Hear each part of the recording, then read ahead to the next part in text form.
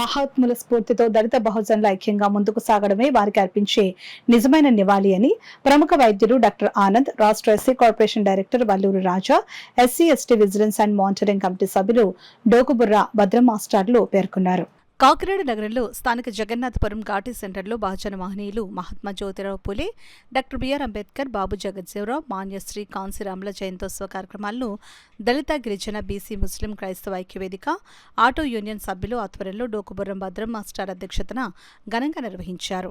ఈ కార్యక్రమానికి ముఖ్య అతిథిగా ప్రముఖ వైద్యులు, safe hospital managing director doctor Anand హాజరు కాగా, విశిష్ట అతిథిగా ఈ కార్యక్రమంలో ఎస్సీ కార్పొరేషన్ డైరెక్టర్ వల్లూరు రాజాలు పాల్గొన్నారు. ఈ సందర్భంగా అతిథులు మాట్లాడుతూ అన్ని వర్గాల కొరకు గొప్ప రాజ్యాంగాన్ని రూపొందించిన మహనీయుడు అంబేద్కర్ అని, స్త్రీ విద్యను ప్రోత్సహించిన మహాత్మా జ్యోతిరావు పూలే అని, హరిత విప్లవం ద్వారా అందరికీ ఆహారం అందించిన వ్యక్తి బాబు జగజ్జీవన్ రామ్ అని, బీసీలకు 25% రిజర్వేషన్ల కల్పనకు కృషి చేసిన వ్యక్తి కాంశీరాముల స్ఫూర్తితో దళిత, గిరిజ, బీసీ, ముస్లిం మైనార్టీల ఐకమత్యంగా ఉన్నప్పుడే హక్కులు సాధించుకోగలమని పేర్కొన్నారు. అటువంటి మహానుభావుల ఆశయాల సాధనకు ప్రతి ఒక్కరూ కృషి చేయాలని పిలుపునిచ్చారు.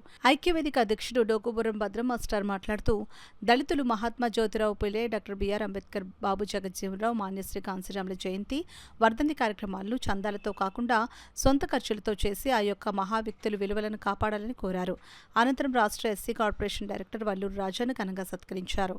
ఈ కార్యక్రమంలో కుందేటి మోజస్ కుమార్, ఏపీ ఎన్జీఓ మాజీ అధ్యక్షులు బూరిగా ఆశీర్వాదం, పాలెరి కృపానందం, కొమ్ముకూరి నాగేశ్వరరావు, ఎడిదల ఆశర్, పెదపూడి స్వామి, తాతిపూడి అప్పారావు, మల్లం మధు, కమిటీ సభ్యులు అడ్డాల సూరిబాబు, మోర్తా కొటారి, కొమ్ముకూరు సాయి, బీసీ నాయకులు ఆవుపాటి ఉమాశంకర్, కుంతిదేవిపేట పెద్దలు అర్జున్రావు, సుధాకర్, సుజాత, మీసాల చెన్నయ్యపేట పెద్దలు తాతపూడి మనోహర్, వల్లూరి బాలరాజు, బాపూజీ నగర్ ముగ్గుపేట యూత్ సభ్యులు, ఐక్యవేదిక సభ్యులు సాపే సుధాకర్, సిద్ధాంతపు రాజు, కొండేపూడి రవి, నందికి వీరబాబు, ఎద్దురు శేఖర్, పాస్టర్స్ సలగాల విజయకుమార్ తదితరులు పాల్గొన్నారు.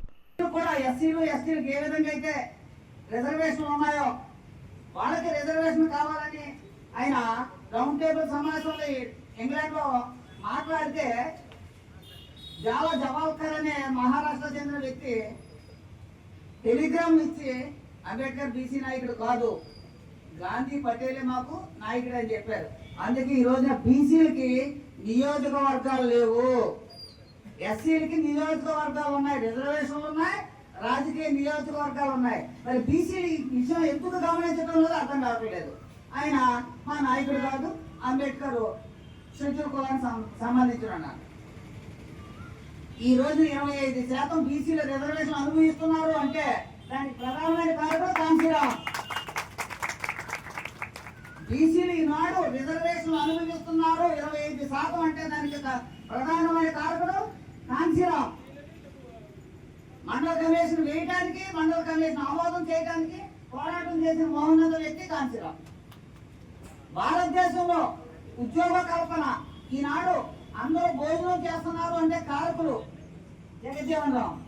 హరిత విప్లవం తీసుకురావడానికి పాల విలువ అంటే విపరీతమైన పాలు ఈ రోజుల్లో ఎక్కడ పడితే అక్కడ పాలు దొరకడానికి, కానీ ఆహార ధాన్యాలు కొరత లేకుండా చేయడానికి ప్రధానమైన కారకులు జగజ్జీవన్ రామ్. అంటే వాళ్ళ కుటుంబాల కోసం, వాళ్ళ జాతుల కోసం పోరాటం చేయలేదని ఈ సభాముఖంగా అడిగే వరకు ఓకే, యాక్సెప్టబుల్. అది మన వాళ్ళు పండుగలు మనం చేయడానికి ఎంతో కొంత సహాయం, మాకు తెలిసిన సహాయం, కూర్చున్న సహాయం చేస్తారు. మన వాళ్ళు బయట వాళ్ళ దగ్గరికి వెళ్తారు.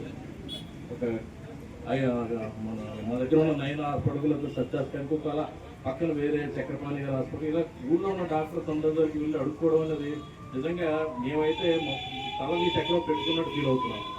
ఇది దయచేసి ఈ వ్యవహారం మీరందరూ కూడా తీవ్రంగా ఖండించాలి. ఎవరి దగ్గర వెళ్ళి అడుక్కోవాలని పని అయితే మనకు లేదు.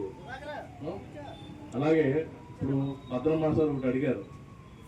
భద్రం మాస్టర్ గురించి ఒక చిన్న మాట చెప్పాను. ఆయన చాలా ఆవేశపడు. నేను చాలా రోజులు చాలా మీటింగ్ నుంచి నా చిన్నప్పుడు చూస్తున్నాను. ఆయన్ని ఆవేశంగా ఉంటారు. ఆవేశం ఎవరికి ఉంటుందంటే నిజాయితీ ఉన్న వాళ్ళకి ఉంటుంది.